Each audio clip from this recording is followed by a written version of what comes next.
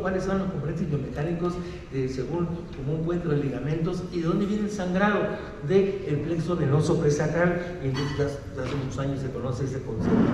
Entonces, ¿qué pasó? El paciente fue arrollado y como tenía problemas ya de identificación, lo llevaron a un hospital, a otro hospital, pasaron 4 horas valiosas, porque por eso les presenté que ese paciente a los 30 minutos ya estaba con sus estudios completos y entrado al quirófano. Entonces, cuando a mí me confieren este caso, pues hay que hacer la hipótesis del caso. Ya que dices tú, ¿por qué se murió? Y estaba hasta la CNDH, ahí participó la CNDH. La CNDH es la Comisión Nacional de los Derechos Humanos, emitió una recomendación al ISSSTE. ¿Qué tenemos de ver aquí? ¿Cuál es la hipótesis? ¿Por qué falleció el paciente? Porque el paciente, no me dejará mentir la doctora Graciela Gallardo, que ya se retiró por allá, es de que ocurrió una activación de un proceso inflamatorio generalizado a través de la isquemia, por eso le puse mucho énfasis en la sangre, ¿verdad? De al no interrumpir el estado de choque, se va a perpetuar y el paciente va a fallecer porque no fue correctamente manejado. Como llegó con signos estables, pero hipotensión, pues determinaron, Cristina, de subirlo a piso y prepararlo adecuadamente para operarlo. No se interrumpe el proceso inflamatorio, el estado de choque. Entonces aquí lo que tenemos que hacer nosotros es preservar, interrumpir el estado de choque manejándolo correctamente y también estabilizando.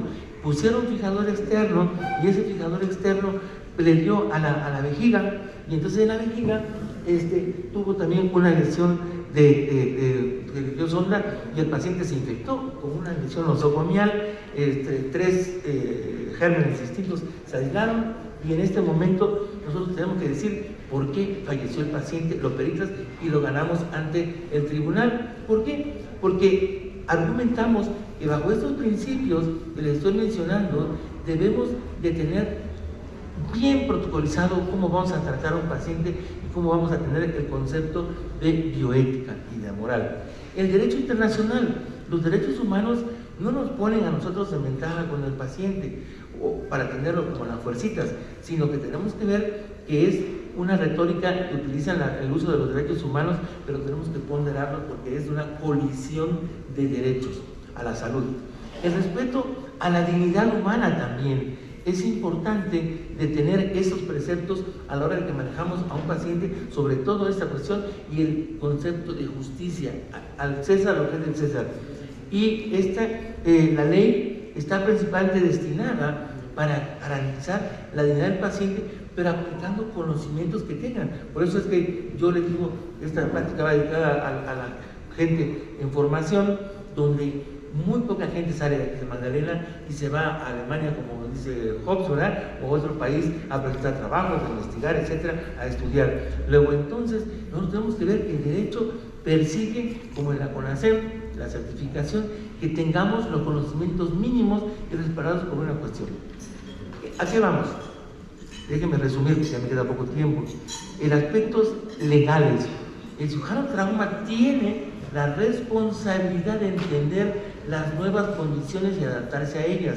La vida moderna, estamos bien informados los pacientes, están los abogados esperándonos afuera del hospital, entonces esas son las circunstancias nuevas a las que estamos expuestos.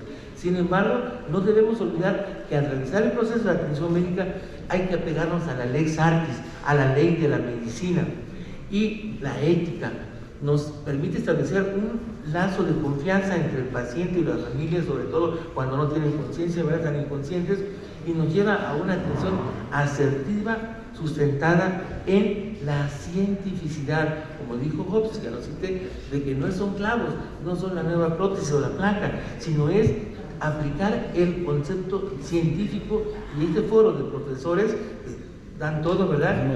Nos llevan a ver que, como dijo Graciela, no tenemos la comunicación inmediata a través de un helicóptero y tratar al paciente como en Alemania, de que desde el sitio de la lesión, la ambulancia con paramédicos, con médicos especialistas en la materia que hacen guardias de ahí, le pasan los líquidos, lo anestesian y también le pasan los antibióticos como preconiza la doctora Frida Medina Rodríguez. Bueno, ese es mi mensaje de la cuestión de las demandas.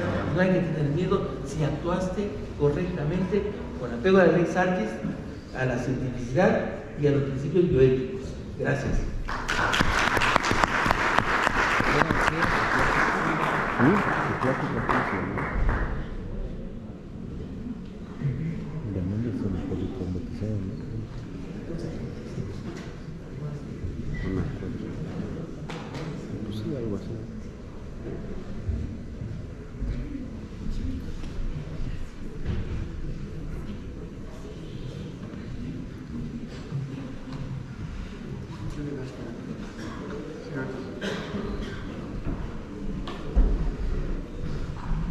¿Listo?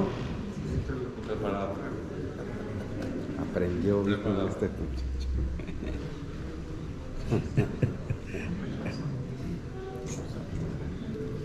Aprendió la diferencia.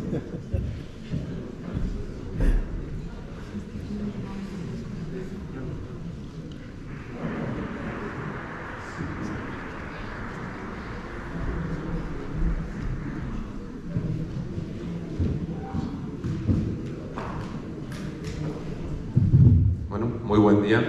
Es un gusto para mí estar aquí y volver a casa. Gracias, maestros, gracias a todos ustedes por estar aquí. Vamos a hablar ahora, me toca cambiar un poco de tema. Vamos a volver al tobillito famoso, que me recuerda las palabras de mi maestro Benjamín. Todo un tobillito cualquiera lo opera, pero no todo lo deja bien. No tengo ningún conflicto de interés. Lo que sí es que tengo que marcar que soy muy partidario de AO y me rijo por los lineamientos de AO. Los objetivos de este caso es presentar un caso relevante, presentar la secuencia del abordaje diagnóstico terapéutico, presentar la secuencia quirúrgica y fundamentarlo con lo que está descrito en la literatura. El escenario es un masculino de 18 años con una lesión única, caída con un mecanismo de supinación, rotación externa del tobillo izquierdo, y es un angelito con un índice de masa corporal de 30 kilogramos sobre metro cuadrado. Tenemos esta radiografía, hoy en día todo es más fácil, por WhatsApp nos llegan las cosas y tenemos este mensaje. El doctor puede venir a ver a este paciente y tenemos solo estas radiografías. Bueno, cuando menos tenemos una vein lateral y no me voy a entender en la descripción de la radiografía, pero en estos casos ya una fractura trimalular del tobillo ya se considera una fractura compleja, porque involucra al menos 3 fragmentos, 3 fracturas, a veces hasta 4 cuadrimalulares. Entonces, si tenemos en fracturas de meseta tibial o en fracturas de húmero proximal, pues si les pedimos de manera rutinaria TAC, ya se ha visto que se debería hacer lo mismo también con los tobillos. Entonces tuvimos a bien a pedirle la tomografía, y no es lo mismo ver estas lesiones ni que ver esto en una tomografía. No podemos tener estos detalles de estas lesiones en una radiografía simple, aunque tengamos una P de mortaja o una buena P o una buena lateral. Entonces es así como podemos describir la personalidad de la fractura, ver los fragmentos intercalares que tenemos ahí y poder entonces conocer cómo se comporta nuestra fractura y empezar desde este momento a planificar, porque desde que recibimos al paciente comenzamos planificando y empezamos viendo los escenarios que nos podemos ver dentro del quirófano. Como lo hacemos y lo aprendimos de manera sistemática aquí y en AO, empezamos clasificando nuestra fractura, debemos de poner todo esto en el expediente, tomando en cuenta el principio mecánico, el implante, el tipo de reducción que vamos a hacer. La posición es muy importante porque esto nos va a determinar el abordaje. Y tener herramientas como el intensificador de imágenes, que eso sería vital, sino cuando menos una radio X portátil, isquemia en caso de los que lo usen, y los pasos críticos, las precauciones que ya tenemos previstas durante la planificación, pero que son un paso importante en el checklist con la pausa quirúrgica antes de iniciar nuestra cirugía. De manera dogmática nos habían enseñado que si el fragmento posterior involucraba más del 30%, era quirúrgico. Bueno, eso es de una revista, lo ven en la referencia del lado derecho inferior, de una revista que ni siquiera era ortopédica y de hace casi 100 años, por lo que eso ya no se considera actual. Lo que sí existe es evidencia que dice que no hay sustento para ignorar estos fragmentos posteriores. Lo que sí es que existe evidencia de que fijar el fragmento posterior le restaura estabilidad al tobillo. Y ya también está descrito que de acuerdo a los fragmentos y la manera en que se comporta la fractura hay abordajes. Este trabajo del doctor Arrondo en Argentina nos provee un protocolo de cómo abordar y qué abordajes utilizar en caso de que fragmentos estén comprometidos. En este caso, el abordaje es un abordaje posterolateral normal, y que aunque si bien nos da el 40% de la visión de la tibia posterior, podemos acceder ahí tanto a la tibia posterior como al peroné en un solo gesto quirúrgico, sin necesidad de hacer más movimientos. Para posicionar al paciente es preferible que sea en decúbito supino. Nos hacemos la vida fácil para que nuestro ayudante pueda lavar. Vemos ahí que no tiene contacto la pierna con la mesa. Y muy importante también marcar que aquí podemos hacer desde el decúbito prono, acceder a la manualomedial. Marcamos nuestras referencias: el calcáneo, el tendón de Aquiles, el peroné, el nervio estrural de manera importante y nuestra incisión, que debe ser una incisión grande al menos de 10 centímetros. Ya se ha determinado un método reproducible y fácil para determinar las zonas de seguridad. Si bien en este artículo fue realizado para hacerlo en cirugías de mínima invasión de tendón de Aquiles, por una manera muy fácil, tomando de referencia el cóndilo medial del fémur y trazando una línea hacia la punta del peroné, ya sea con el electrocauterio o con el aspirador, y marcar esto con un plumón, podemos determinar casi en el 90% de las veces el recorrido de esta nervio cerebral. Porque, ¿qué pasa? Generalmente en estas fracturas con este abordaje nos vamos a encontrar el nervio estrural. Esto es casi en el 90%, casi en todas. Y claro, lo tenemos que identificar, disecar, no lastimarlo, evidentemente. Y ya que hicimos todo esto, accedemos a nuestro fragmento posterior.